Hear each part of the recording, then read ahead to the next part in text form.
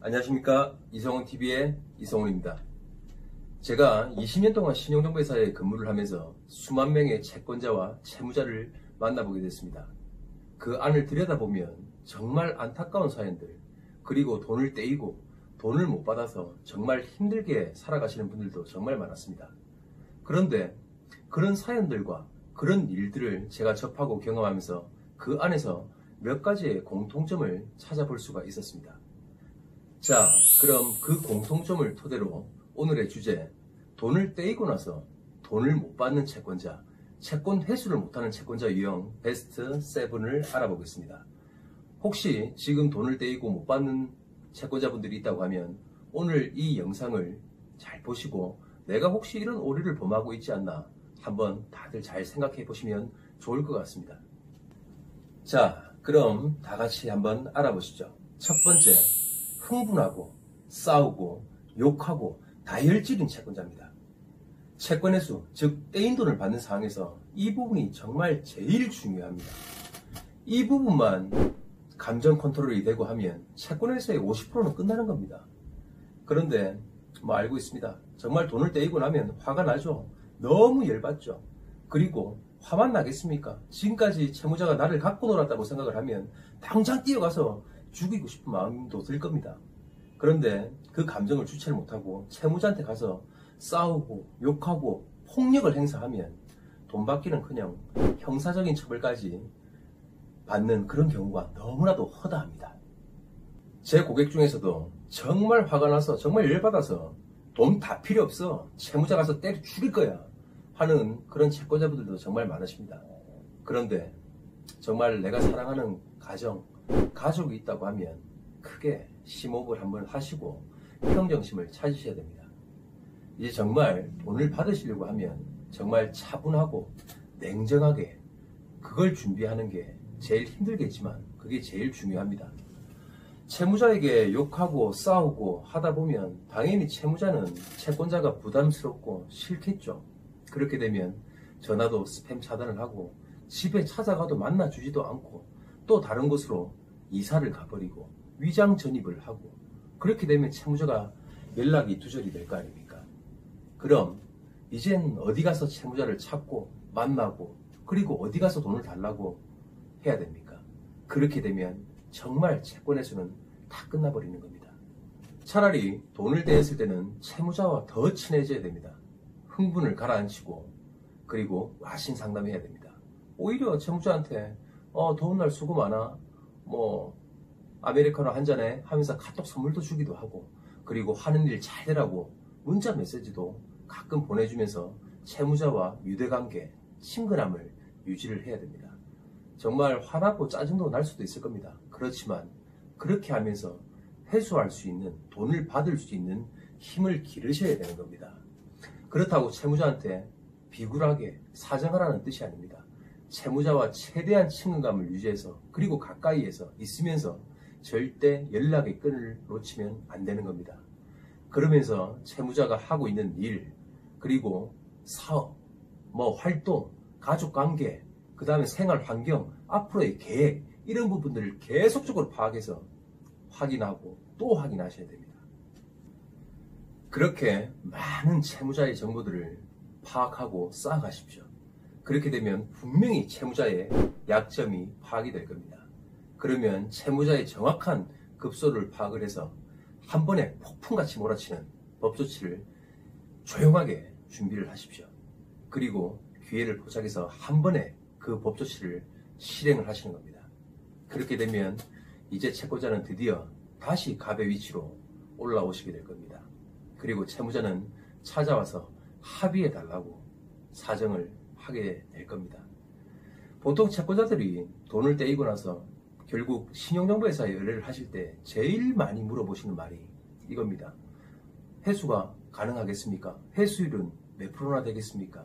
그리고 얼마 만에 회수가 되겠습니까? 이런 말씀을 정말 많이 물어보시죠. 그런데 벌써 채무자와 싸우고 욕을 하고 인연을 끊어버리고 악연을 만들어버리고 행방불명된 상태로 저희한테 의뢰를 한다고 하면 벌써 해수율은 극히 낮아져 있을 겁니다. 내 발톱을 드러낼 때까지 채무자와 정말 친분을 쌓고 그리고 좋은 관계로 유지를 해서 채무자를 안심시키고 해야 됩니다. 자, 두 번째, 자기 자신이 돈을 떼었다는 걸 모르는 채권자들입니다.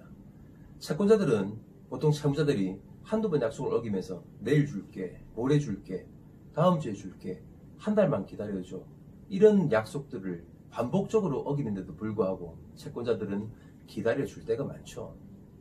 그리고 채무자들이 돈이 들어올 때가 있는데, 대출을 받을 때가 있는데 심사가 늦어진다, 거래처에서 결제 대금이 지연되고 있다, 이런 말들을 하면서 반복적으로 약속을 어기는 채무자들이 정말로 많습니다. 그런데 그 약속을 믿고 기다리다가 뒤돌아보면 벌써 6개월 또 1년 이상의 시간이 흘러간 걸 알 수 있을 겁니다. 그런데 그때도 줄 거야, 주겠지 하면서 진짜 채무자를 믿고 기다려주는 채권자들이 정말 많으신 걸로 알고 있습니다. 그런데 통상적으로 볼 때, 그리고 객관적인 데이터로 볼 때 채무자들이 2번 이상의 약속을 어기게끔 되면 정말 부실 확률, 그리고 돈을 떼일 확률이 엄청나게 폭발적으로 증가를 하게 됩니다. 자, 그러면 그때는 어떻게 해야 될까요? 채무자가 단 한 번이라도 약속을 어기게 되면 다음에는 주겠지 하면서 기다리면 절대로 안 된다는 겁니다. 그렇다고 섣불리 아무것도 모른 채 법조치를 하시면 더욱더 안 됩니다. 채무자가 단 한 번이라도 약속을 어기게 된다고 하면 분명히 채무자 주변을 한번 꼭 알아보십시오. 채무자가 약속을 어기고 돈을 안 줄 때는 다 이유가 있는 겁니다. 알아보면 분명히 나 말고도 다른 데도 돈 줄 곳이 존재하고 분명히 많을 겁니다. 그러면 채무자를 조사를 하고 탐문을 하고 최대한 많은 정보들을 수집을 하십시오. 넉넉히 기다렸다가는 전부 다 피 같은 돈을 다 떼이실 겁니다. 돈을 떼이고 그리고 그 돈을 받는 일, 이런 일들은 정말 노력 없이는 단 한 푼의 돈도 들어오지 않을 겁니다. 자, 결론적으로 채무자가 2번 이상 약속을 어겼을 때 분명히 그때는 돈을 떼었다고 생각을 하고 회수하는 작업을 준비를 하고 시작을 해야 되는 부분입니다. 자, 세 번째, 지난 날들을 뒤돌아보지 않는 채권자입니다. 정말 돈을 떼이고 나면 화가 나고 열받아서 감정적으로 대처를 하는 채권자분들이 정말 많죠. 그리고 돈을 빨리 받고 싶어서 무턱대고 채무자한테 추심을 하고 법조치를 하는 경우도 정말 많습니다. 그런데 정말 돈을 받기 위해서는 지난 날들을, 그리고 내 자신을 뒤돌아보는 그런 부분들이 있어야 됩니다. 정말 내 자신과 지난 날들을 뒤돌아봐야 현재 상황을 직시를 하고 앞으로 어떻게 진행을 하고 어떻게 헤쳐나갈지에 대한 해답이 보이시게 될 겁니다. 우선 내가 왜 돈을 떼었는지 그 부분부터 한번 생각을 한번 해보십시오. 만약 예를 들어서 돈을 빌려준 대여금이라고 하면 채무자가 나에게 어떻게 연락이 왔고 어떻게 접근을 했고 나에게 어떤 식으로 돈을 빌려갔는지에 대한 부분들을 생각을 한번 해보십시오. 그리고 나에게 접근한 계기, 목적, 과정, 그리고 방법, 그 결과 등에 대해서 A4 용지에 단 하루라도 처음부터 끝까지 그 내용들을, 그 과정들을 적어 보십시오. 분명히 그 안에 채무자의 불법적인 일들도 발견을 할 수가 있을 거고, 그리고 지금 이 상황을 어떻게 해결해 나갈지 분명히 그 안에 해답과 방법이 있을 겁니다. 자, 네 번째, 법조치를 남발하는 채권자입니다. 그냥 무작정 돈을 빨리 받고 싶은 마음에 채무자에 대한 아무런 정보도 없이 그냥 무턱대고 법조치를 남발하는 채권자들이 정말 많죠. 법무사, 변호사 사무실에 찾아가서 대한민국 전체 은행 수십 군데 압류를 하는 경우도 정말 많습니다. 그런데 결과는 어떻습니까? 수십 군데 압류를 하면 실익 없이 끝나는 경우가 대부분일 겁니다. 얼마나 돈이 많으신지는 모르겠지만 그런 법조치로 인해서 다시 한번 피해를 입는 일은 없었으면 합니다. 최소한 기본적으로 채무자에 대한 정확한 신용조사를 진행을 하셔야 됩니다. 신용조사를 진행을 하실 것 같으면 최소한 신용정보회사에 채무자에 대한 신용상태, 재산상태, 주거래은행, 카드 발급 현황, 이런 부분들을 최소한 기본적으로 조사를 하시고 법조치를 하시는 게 기본입니다. 괜한 신용불량자 계좌에 압류를 해서 2번, 3번 돈이 나가는 일들이 없으셔야 될 겁니다.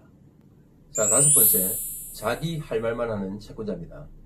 정말 돈을 떼이고 나서 힘들게 채무자하고 약속을 잡고 미팅 장소로 나갔는데 그 만나는 자리에서 채권자, 자기 말만 하는 채권자들이 정말로도 많습니다. 아니, 대부분일 겁니다. 만나게 되면 내 사정이 힘들다. 네가 나한테 어떻게 그럴 수 있느냐. 빨리 돈을 갚아라. 정말 나 죽을 것 같아. 이런 식의 하소연만 늘어놓는 채권자분들이 정말 많으십니다.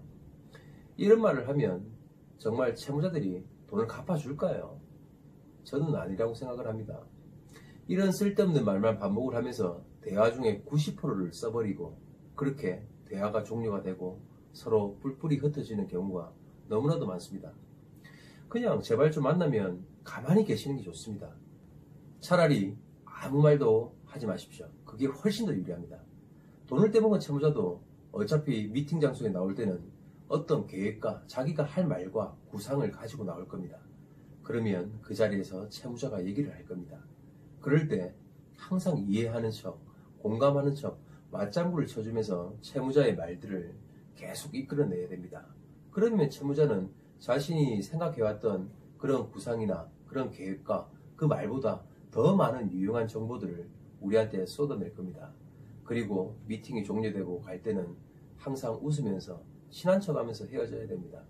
그리고 대화할 때는 채무자가 90%, 내가 10%만 얘기를 해도 충분합니다. 그리고 대화할 때, 그리고 미팅 장소에서는 항상 핸드폰 녹음이나 녹음기를 사용해서 꼭 녹음을 하십시오. 그리고 집에 와서 다시 내가 대화했던 기억과 녹음기를 틀어놓으면 진짜 이 상황을 해결할 수 있는 방법이나 절차가 떠오르게 될 겁니다. 자, 6번째, 내용 증명을 보내는 채권자입니다. 의외일 수도 있을 겁니다. 우리가 보통 내용 증명이라는 것은 부동산 임대차 계약, 사업상의 계약 이런 부분들에 대해서 유지나 변경, 해지를 요청을 하고 통보를 할 때 많이들 보내시죠. 그런데 일반적인 금전관계에 있어서는 법적으로 보내야 될 하등의 이유가 없습니다. 그런데 혹자들은 내용 증명을 보내서 채무자가 순순히 변제를 할 수 있게끔 이끌어내는 것이 좋지 않겠느냐 이렇게 말씀하시는 사람들도 있습니다. 그런데 제가 봤을 때는 정말 틀린 말들입니다. 채무자가 내용 증명만 가지고 변제를 할 것 같았으면 벌써 변제를 채권자한테 했겠죠. 그리고 내용 증명의 문구에 보면 보통 일반적으로 거의 99.9% 언제까지 변제를 안 하면 어떠한 민형사상의 법적인 조치를 하겠다 이런 부분들을 많이 문구에 넣고 보내시게 될 겁니다. 그렇게 되면 채무자가 그 문구를 보고 과연 두려워해서 변제를 할까요? 그런데 현실적으로 실무에서 보면 전혀 다른 경우입니다. 채무자들은 그 문구나 그런 내용들을 보면 앞으로 이 부분에 대해서 어떻게 대비를 하고 어떻게 대응을 하고 또 빠져나갈 궁리를 하는 게 현실입니다. 그렇기 때문에 괜한 내용 증명을 보내서 채무자하고 사이만 멀어지고 인간관계를 끊기게 만들고 도망갈 시간적 여유를 주는 부분에 있어서는 절대 내용 증명을 보내시면 안 될 겁니다. 자, 마지막 7번째, 유도리 없는 채권자입니다. 이제 드디어 채무자한테 회수하는 시점이 다가왔습니다. 그런데 채무자의 경제적인 사정이나 생활 형편이 여의치가 않아서 일부 감면을 해주고 종결을 해야 될 사항입니다. 예를 들어서 원금이 5천만 원이라고 했을 때 1,000만 원을 감면을 해주고 4천만 원을 채무자한테 받고 종결을 해야 될 사항입니다.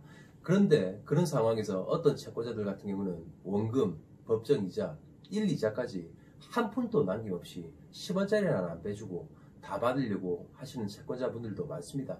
당연히 저 같아도 내 피 같은 돈인데 끝까지 마지막까지 10원짜리 하나까지 다 받고 싶어하는 마음이 당연하겠죠. 그런데 저런 상황에서 결국 합의가 안 되고 타이밍을 놓쳐서 돈을 10원짜리 하나 못 받고 돈을 다 떼이는 채권자들이 너무나도 많습니다.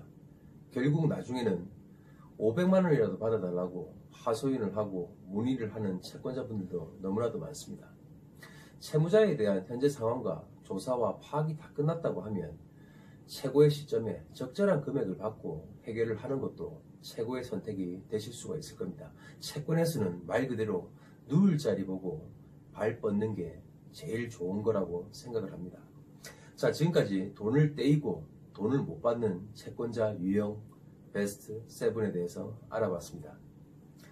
정말 자신이 살면서 돈을 떼이는 경험을 하고 그런 일들이 발생을 한다고 하면 앞으로 제 영상이 많이 도움이 되셨으면 합니다. 앞으로도 좋아요와 구독을 많이 해주시고 댓글도 많이 달아주시면 여러분이 궁금해하시고 도움이 되는 영상을 많이 제작해서 올려드리도록 하겠습니다. 자, 지금까지 이성훈TV의 이성훈이었습니다. 오늘도 수고하셨습니다.